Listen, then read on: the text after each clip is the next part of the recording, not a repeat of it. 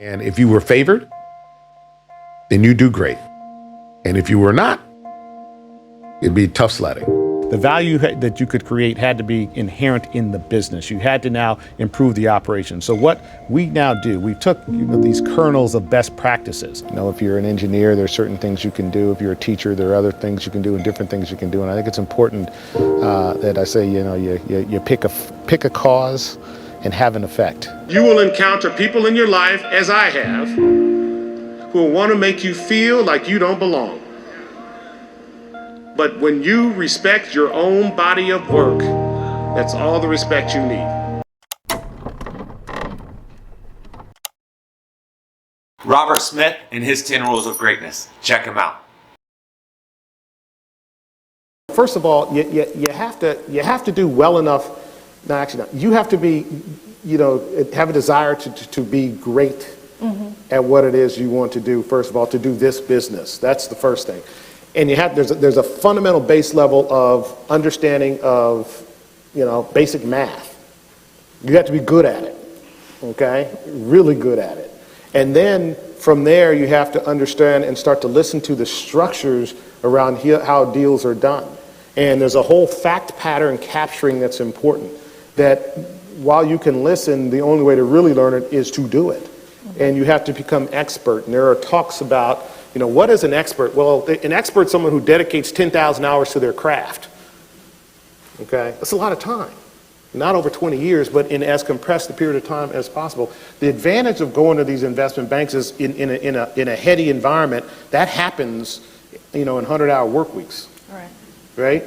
And, while all your friends who you graduate college with are going out on Friday night and Saturday night, guess what? You're working. And on Saturday, you're working, and on Saturday, you are working. But that's how you build, that fabric, and to be an expert at your craft. You cannot do this business well if you are not an expert at your craft. Let the quality of your work product speak of your capabilities. Know that you are only bound by the limits of your own conviction because you are Morehouse men. There is no room on this earth you can't enter without your head held high. You will encounter people in your life, as I have, who will want to make you feel like you don't belong. But when you respect your own body of work, that's all the respect you need. In the words of the great Quincy Jones and Ray Charles, not one drop of my self-worth depends on your acceptance of me. You are enough to be who you want to be. And to create what you want to create, you have to make sure that beyond the intention that you put out there, you put action to support the intention. Don't say, I want to be a millionaire, but don't take the activities to do it. Or I want to be the best at something, but don't practice it. It's important to understand the you are enough piece is, put in the vision, have the vision of what you want to become, but you have to put consistent action behind that vision in order for that to manifest. And it has to be consistent. The real question is, how do you make sure you make a change in the world, in your community, leveraging your profession? If you're an engineer, there are certain things you can do. If you're a teacher, there are other things you can do and different things you can do. And I think it's important that I say, you pick a cause and have an effect, as opposed to meander without direction and just kind of glance through different sets of economic opportunities. But pick a cause and make an effect. What I understood early on in life was when I really think about and talk about the manifestation of my life, it's a manifestation of prayer. Okay? I put deep prayer in every single moment of every day about what I want to manifest in my life. And that has been my journey for over 30 years. I learned something many, many years ago, that if you actually create an idea in your mind,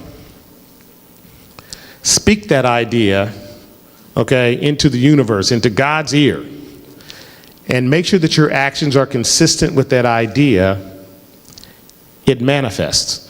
Now, sometimes it doesn't necessarily manifest in the form that you think you want it, but it often manifests in a form that's better than what you ever imagined.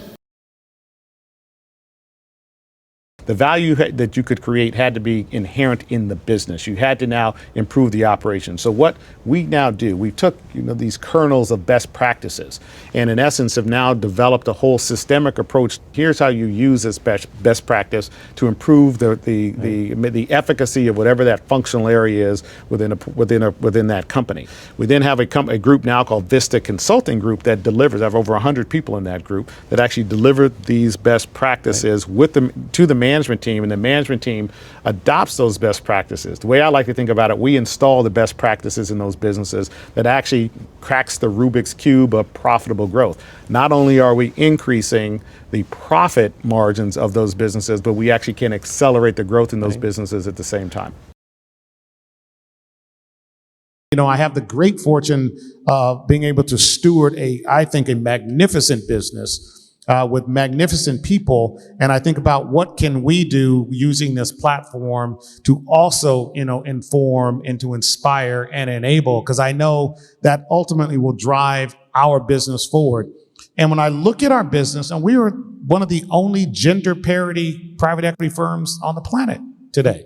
Okay, one of the lowest loss ratios, and I think there's a correlation. Yeah. Right? I think the way we evaluate risk, the way we evaluate people, the way we develop our people, and build a culture of accountability, those are important things that I think really drive the heart and soul of the culture at Vista. So those are, the ways that we think about it.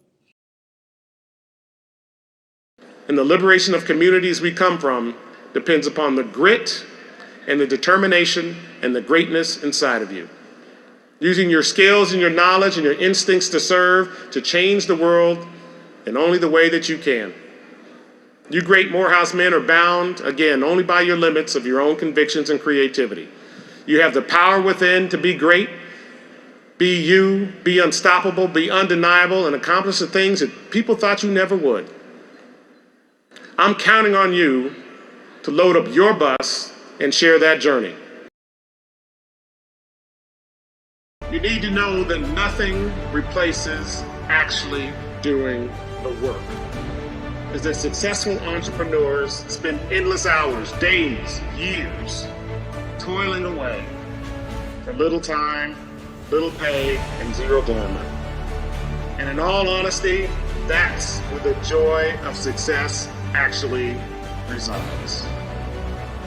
Greatness is born out of the grind, so embrace the grind. And if you were favored, then you do great.